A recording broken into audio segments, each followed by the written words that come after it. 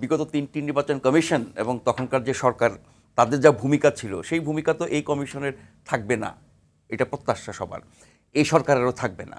এখন কতটা থাকবে না সেটা আমরা বাস্তবে দেখব, কিন্তু ওরকমটা হবে না এটা নিশ্চিত করে বলা যায়। এখন নতুন নির্বাচন কমিশন গঠিত হয়েছে, আগের কমিশনগুলো যেই ধাঁচের যেই ধরনের ব্যক্তিদের নিয়ে যেরকম কম্পোজিশন, যেই প্রক্রিয়ায়, যেই আইনে, যেই উপায়ে, সবই আগের মতোই।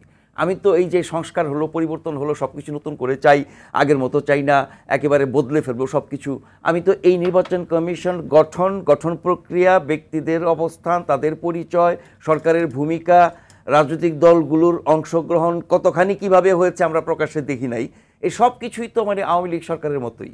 আওয়ামী লীগ সরকার অনেক কিছু দেখাতো, নতুন আইন করেছে, সার্চ কমিটি করেছে, এতগুলো নাম আসছে, রাষ্ট্রপতির কাছে গেছে, উনি চূড়ান্তভাবে, এগুলো বলা হয়, এই প্রক্রিয়ায় কাজগুলো হয়েছে, কিন্তু কতটা ট্রান্সপারেন্ট, কতটা স্বচ্ছভাবে আমরা কি প্রক্রিয়াগুলোকে আপনি মনে করছেন যে প্রক্রিয়া খেলা চলছে এরকম? না না, তা না, আমি বলছি যে আপনি যখন আগের সকল প্রক্রিয়া অনুসরণ করবেন তাহলে ফলাফল তো আগের মতোই হবে।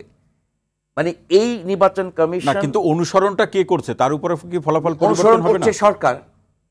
মানে আগের সরকারের এখন সরকারে যেই ফল দেখিয়েছে, এই সরকার যদি একই পথে হাঁটে ফল কি ভিন্ন হবে?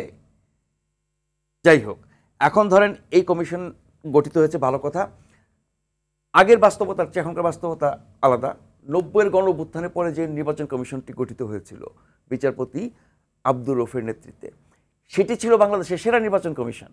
এরপরেরটাও ছিল ভালো, এরপরটাও ছিল ভালো, আস্তে আস্তে খারাপ হয়েছে, এবং বিগত 3টি হলো বাংলাদেশের ইতিহাসে সর্বনিকৃষ্ট নির্বাচন কমিশন, এবং তাদের ফলাফল কাজকর্ম সরকারের তো বটেই আমরা জানি। ফলে এই পরিবর্তিত পরিস্থিতিতে মানুষের যে প্রত্যাশা, নির্দলীয় সরকার ক্ষমতায়, ফলে যারাই কমিশনে আসুক না কেন তাদের জন্য কাজটা অনেক সহজ হবে। গত 3টা নির্বাচনের চেয়ে অবশ্যই ভালো হবে, চোখ বন্ধ করে এটা বলা যায়। কোনো চ্যালেঞ্জ কি নেই? না, চ্যালেঞ্জ বলতে আমি বলছি যে ধরেন নির্বাচন কমিশন যদি প্রভাবমুক্ত থাকে, এখন দলীয় সরকার থাকলে তাদের প্রভাব থাকে, এখন নির্দলীয় সরকারে কি প্রভাব থাকতে পারে না? সেটাই আমি বলছি যে এখন নির্দলীয় সরকার কি ধরনের প্রভাব ফেলবে সেটা আমরা দেখব, কিন্তু এই নির্দলীয় সরকারের কোনো কিছু অনুমান করা যায়? এই নির্দলীয় সরকারের বিভিন্ন না, অনুমান করার দরকার নাই।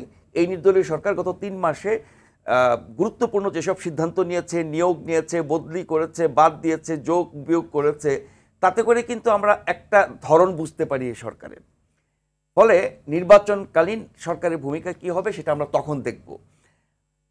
সকল রাজনৈতিক দলের অংশগ্রহণ, সকল দলের সহযোগিতা, ভালো প্রশাসনের ভূমিকা, মানে প্রশাসনের ভালো ভূমিকা, পুলিশ সহ আইনশৃঙ্খলা বাহিনীর ভালো ভূমিকা এবং সরকারের ভূমিকা, তারপর নির্বাচন কমিশন তো আছেই, এই সবার সম্মিলিত ইতিবাচক ভূমিকার উপর নির্ভর করবে আগামী নির্বাচনটা কতটা ভালো হবে।